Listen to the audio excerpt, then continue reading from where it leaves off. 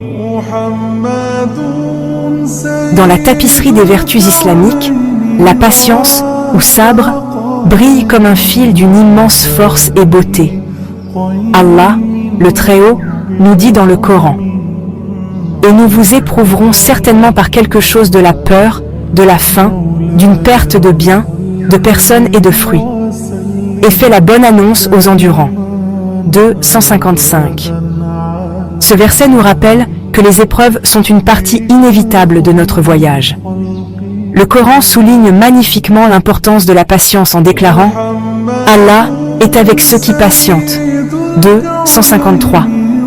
Imaginez-vous face à l'adversité, sachant que le Tout-Puissant, le Très Miséricordieux, est juste à vos côtés, vous soutenant à chaque souffle. Savoir qu'Allah est avec nous ne rend pas le chemin facile, mais il illumine la voie à suivre. Cela nous rappelle que nous ne sommes jamais seuls dans nos combats.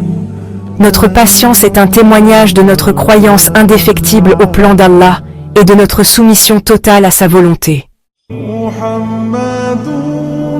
La patience, dans son essence, est multiforme.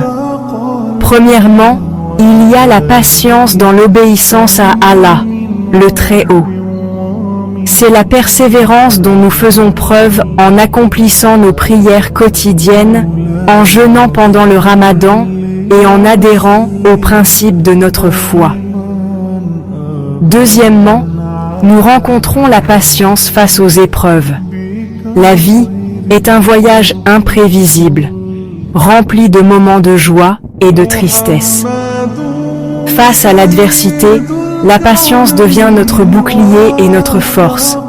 Elle nous permet de faire face à nos défis avec grâce et dignité, sachant qu'Allah ne charge pas une âme au-delà de ce qu'elle peut supporter. Enfin, il y a la patience à résister au péché. Chaque fois que nous choisissons la droiture plutôt que le péché, nous renforçons notre lien avec le divin.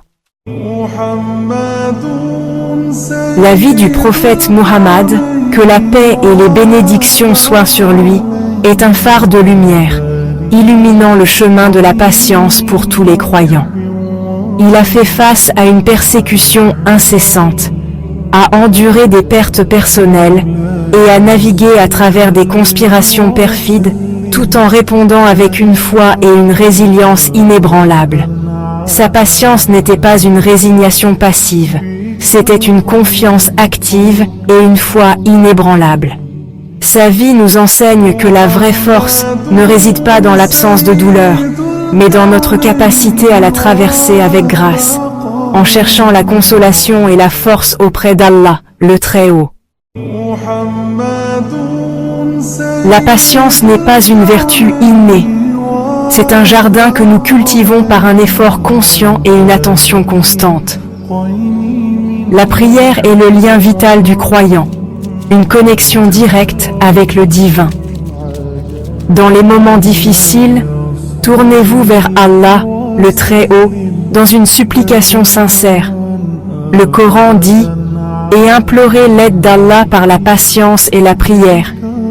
Certes, cela est une chose difficile, sauf pour les humbles. 2:45.